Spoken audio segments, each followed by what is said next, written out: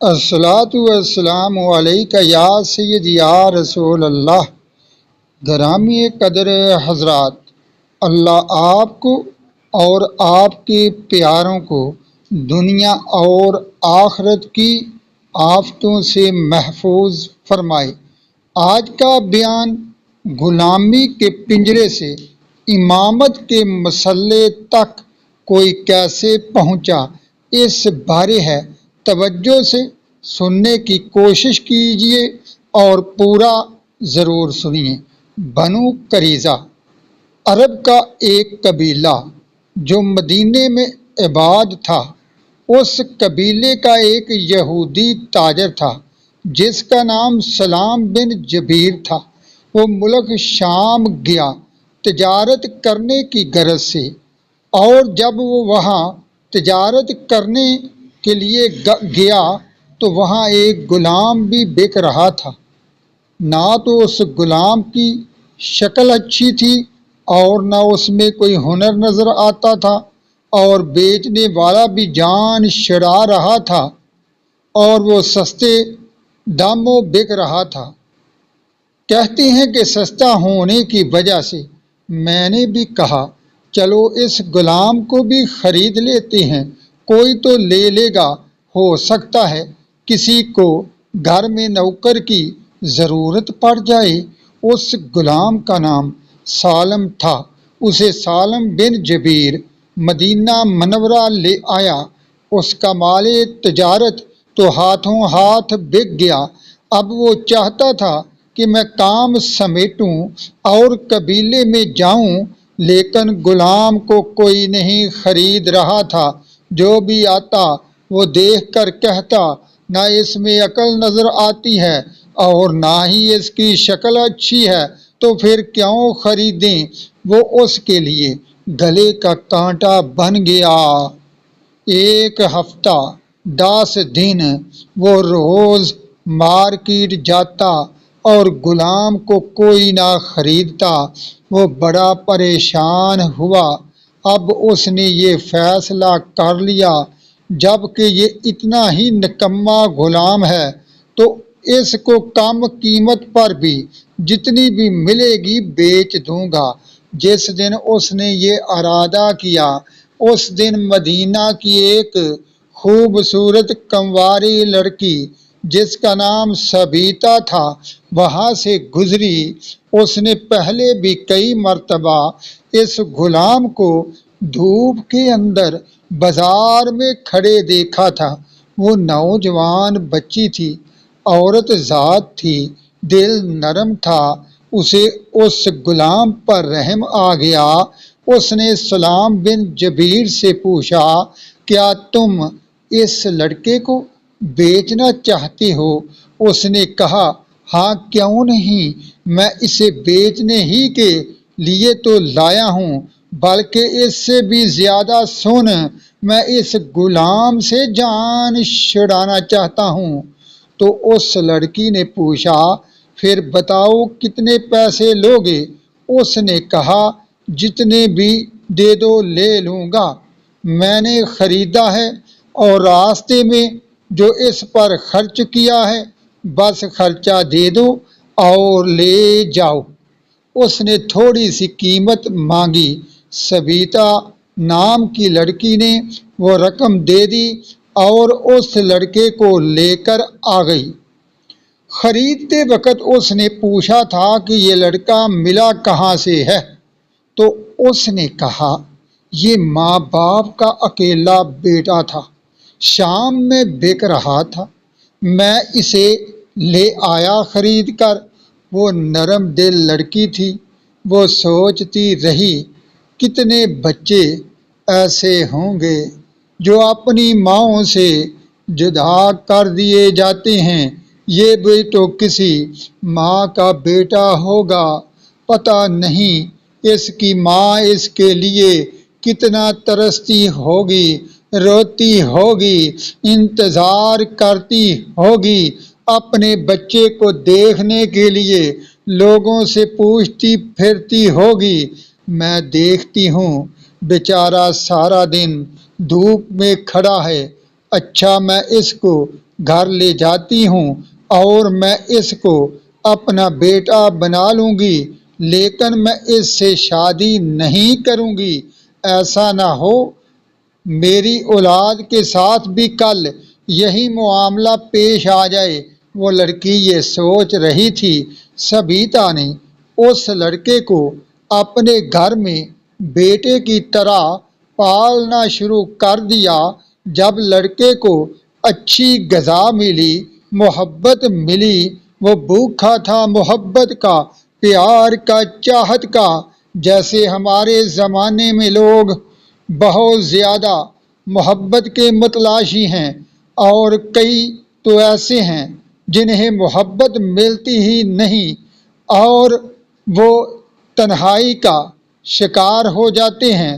اب اس کے اندر وہ بچہ جو ہے، اس کے اندر خود اعتمادی آ گئی۔ کیوں؟ اس لیے کہ اس کی صحیح نشو و نما ہونا شروع ہو گئی تھی، اس کی صحت بھی اچھی ہوتی جا رہی تھی اور صلاحیتیں بھی کھلتی جا رہی تھی۔ وہ ڈپریشن میں سے، ٹینشن میں سے نکل آیا، اس کا چہرہ تر و تازہ ہو گیا۔ ان دنوں مکہ مکرمہ کا ایک قبیلہ شام میں تجارت کے لیے گیا۔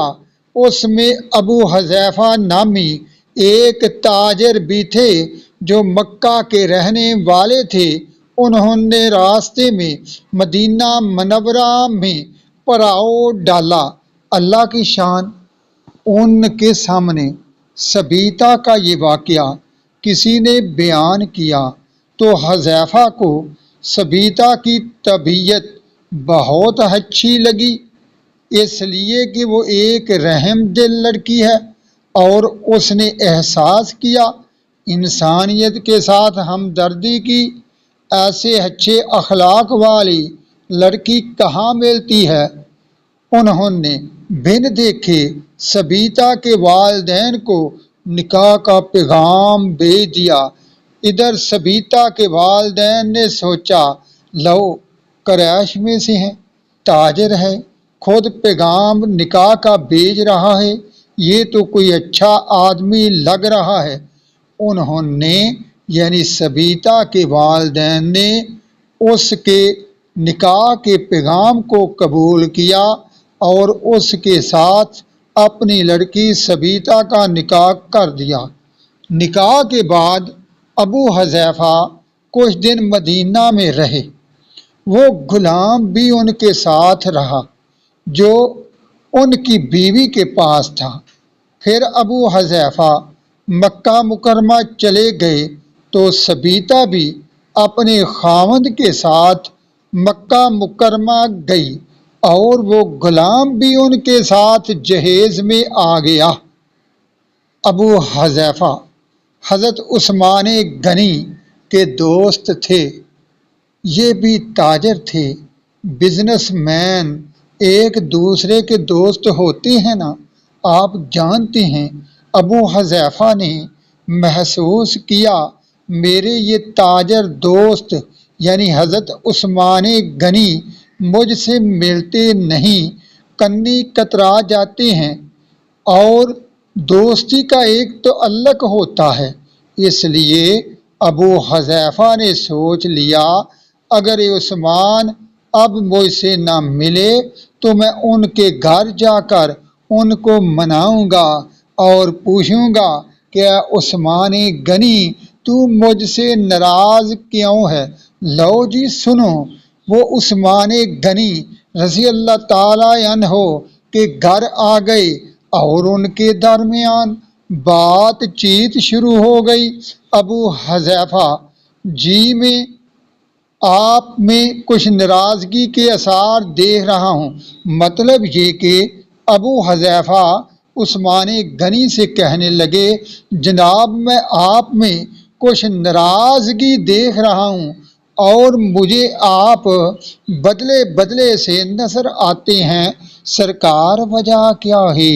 عثمان غنی رضی اللہ تعالی عنہ بولے، اس لیے کہ تیرا اور میرا راستہ مختلف ہے، میں کیوں دوستی بڑھاؤں تیرے ساتھ؟ ابو حذیفہ نے پوچھا کیا مطلب؟ عثمان غنی رضی اللہ تعالی عنہ نے کہا دیکھ تو لات اور منات بتوں کی پوجا کرنے والا ہے اور میں ایک خدا کی اللہ واحد لا شریک کی عبادت کرنے والا ہوں۔ اب تیرا اور میرا رستہ اسلام کی وجہ سے جدا ہو رہا ہے، مطلب یہ کہ میں مسلمان ہوں اور تو مشرک ہے۔ یہ سن کر ابو حذیفہ کانپ گئے اور کہنے لگے ابو حذیفہ عثمان کیا بتوں کے خلاف بات کر رہے ہو؟ عثمان غنی ہاں، اللہ کے آخری پیغمبر صلی اللہ علیہ وآلہ وسلم آئے ہیں اور میں نے اپنے اس آقا کے پیغام پر لبیک کہی ہے۔ اور سن اے میرے دوست پہلے والے، اب میں مسلمان ہو چکا ہوں اور اسی وجہ سے تیرے سے دوستی ختم کرنا چاہتا ہوں۔ اب ابو حذیفہ کو محسوس ہوا میرا جگری یار مجھ سے جدا ہو گیا ہے۔ انہوں نے کہا ابو حذیفہ اچھا بھائی، اگر وہ ایسے ہیں، انہوں نے تیری زندگی کو بدل دیا ہے تو مجھے بھی ملاؤ، میں بھی دیکھوں وہ حسن اللہ کیسا ہے۔ عثمان غنی نے بولا اچھا بہت بہتر۔ عثمان غنی کی دعوت پر ابو حذیفہ نبی کریم کی خدمت میں آئے۔ نبی کریم صلی اللہ علیہ وآلہ وسلم نے اس وقت اللہ کا قرآن پڑھا۔ قرآن نے دل کی دنیا کو بدل کر رکھ دیا اور ابو حذیفہ مسلمان ہو گئے کلمہ پڑھتے ہوئے۔ جب ابو حذیفہ گھر گئے تو سبیتا نے دیکھ کر کہا آج جو میں سکون آپ کے چہرے پر دیکھ رہی ہوں وہ پہلے کبھی نہیں دیکھا، کیا وجہ ہے؟ کہنے لگے ابو حذیفہ میں مسلمان ہو گیا ہوں۔ وہ نیک دل لڑکی تھی، اس نے کہا اچھا پھر میں بھی مسلمان ہو جاتی ہوں۔ تو سبیتا نے بھی اسلام قبول کر لیا۔ اب اللہ کی شان دیکھیں کہ اسلام قبول کرنے کے بعد اس نے نبی کریم صلی اللہ علیہ وآلہ وسلم کی تعلیمات سننا شروع کی۔ ایک مرتبہ نبی کریم صلی اللہ علیہ وآلہ وسلم نے فرمایا جو کسی غلام کو آزاد کرے گا اس کو یہ ثواب ملے گا اور اس کو اتنا مرتبہ اللہ عطا فرمائے گا۔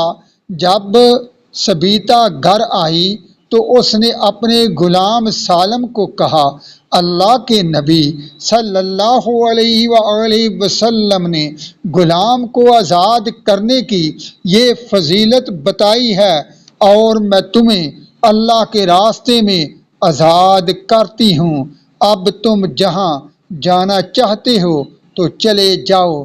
یہ سن کر سالم پریشان ہو گیا، کہنے لگا میں کہاں جاؤں؟ نہ میری ماں کا پتہ مجھے، نہ اپنے باپ کا پتہ مجھے، میرا تو کوئی ہے ہی نہیں۔ اس وقت ابو حذیفہ کے دل میں یہ بات آئی کہ پہلے بیوی نے رحم کیا تھا اور اس غلام کو خرید لیا تھا، اب اس نے آزاد کیا ہے تو میں اسے کیوں دور جانے دوں؟ ابو حذیفہ کہنے لگے میں آج سے آپ کو اپنا منہ بولا بیٹا بناتا ہوں۔ اب اس کا نام سالم بن حذیفہ پڑ گیا، اس نے کلمہ بھی پڑھ لیا۔ اس کے بعد اس کا زیادہ وقت نبی کریم صلی اللہ علیہ وسلم کی خدمت میں گزرتا، وہاں رہتے ہوئے اس نے قرآن پاک کا علم سیکھنا شروع کر دیا۔ سالم بن حذیفہ نے اتنا علم سیکھا جب مہاجرین نے مدینہ طیبہ کی طرف ہجرت کی تو مدینہ کے لوگوں کو امامت کے لیے اپنے سے بہتر قرآن پڑھنے والا اس سالم بن حذیفہ کے سوا کوئی نظر نہیں آتا تھا۔ مطلب یہ کہ مدینہ منورہ کے لوگوں کو اپنی مسجد میں کوئی ایسا نظر نہیں آ رہا تھا قاری یا امام جو نماز پڑھانے کے قابل ہو، تو انہوں نے سوچا کہ اس سالم بن حذیفہ یعنی یہ جو غلام ہے اس کو اپنا امام بنا لیتے ہیں۔ کتابوں میں لکھا ہے کہ عمر بن خطاب بھی وہاں موجود تھے۔ ان کی موجودگی میں ان کو مصلے کے اوپر امامت کے لیے کھڑا کیا گیا، اور جب یہودی سالم بن حذیفہ کو مصلے پر کھڑا دیکھتے تو حیران ہو جاتے۔ سلام بن جبیر، جس نے اس غلام کو پہلے خریدا تھا اور بعد میں اس لڑکی کے ہاتھ بیچ دیا، وہ بھی ادھر آ نکلا۔ جب اس کی نظر سالم بن حذیفہ پر پڑی تو فوراً اس نے اس غلام کو پہچان لیا، کہنے لگا یہ تو وہی بچہ ہے جس کو کوئی خریدتا نہیں تھا، میں نے شام سے اتنے تھوڑے داموں میں اسے خریدا، مدینے میں آ کر مصیبت میں پھنس گیا، کوئی لیتا نہیں تھا، اسے تو کوئی منہ بھی نہیں لگاتا تھا، گری پڑی چیز کی طرح تھا، کوئی اس کی قیمت نہیں تھی، یہ بچہ اب مسلمانوں کا امام ہو گیا ہے۔ سنو سنو اے لوگو، جو اسلام میں آ گیا وہ کم ترین بھی ہو تو ہیرا بن جاتا ہے، اگر ہیرا بننے کے، سونا بننے کے قابل ہو۔ دیکھو وہ ایک بچہ غلام ہی تو تھا اور کوئی بھی اسے خریدنا نہیں چاہتا تھا، اس کی کوئی قیمت بھی نہیں تھی، لیکن جب اس بچے نے اسلام قبول کر لیا، نبی کریم صلی اللہ علیہ وآلہ وسلم کے سایہ رحمت میں پناہ لے لی تو وہ مسلمانوں کا امام بن گیا۔ جب اس نے پوچھا کہ تم نے اس غلام کو اپنا امام کیوں بنایا، تو جواب ملا ہم میں سے اس نے اللہ کے قرآن کو زیادہ بہتر سیکھا ہے۔ یوں علم انسان کو غلامی کے گھڑے سے نکال کر امامت کے مسئلے پر کھڑا کر دیتا ہے۔ حضرات گرامی، پر علم بھی ایسا ہونا چاہیے جو اللہ سے ملا دے، جو رسول کریم کا مطیع بنا دے، ایسا علم جو شیطان کے رستے کو چھوڑ کر اسلام کے رستے کا مسافر بنا دے۔ علم حاصل کرو، پر ایسا کرو جس سے اللہ اور اللہ کا پیارا رسول راضی ہو جائے اور جنت الفردوس میں مقام بری حاصل ہو جائے۔ اللہ ہم سب کو سمجھنے کی توفیق عطا فرمائے، آمین۔ وما علینا الا البلاغ المبین، وصلی اللہ تعالی علی رسول خیر خلقہ سیدنا محمد وآلہ وصحابہ اجمعین برحمتک یا ارحم الراحمین۔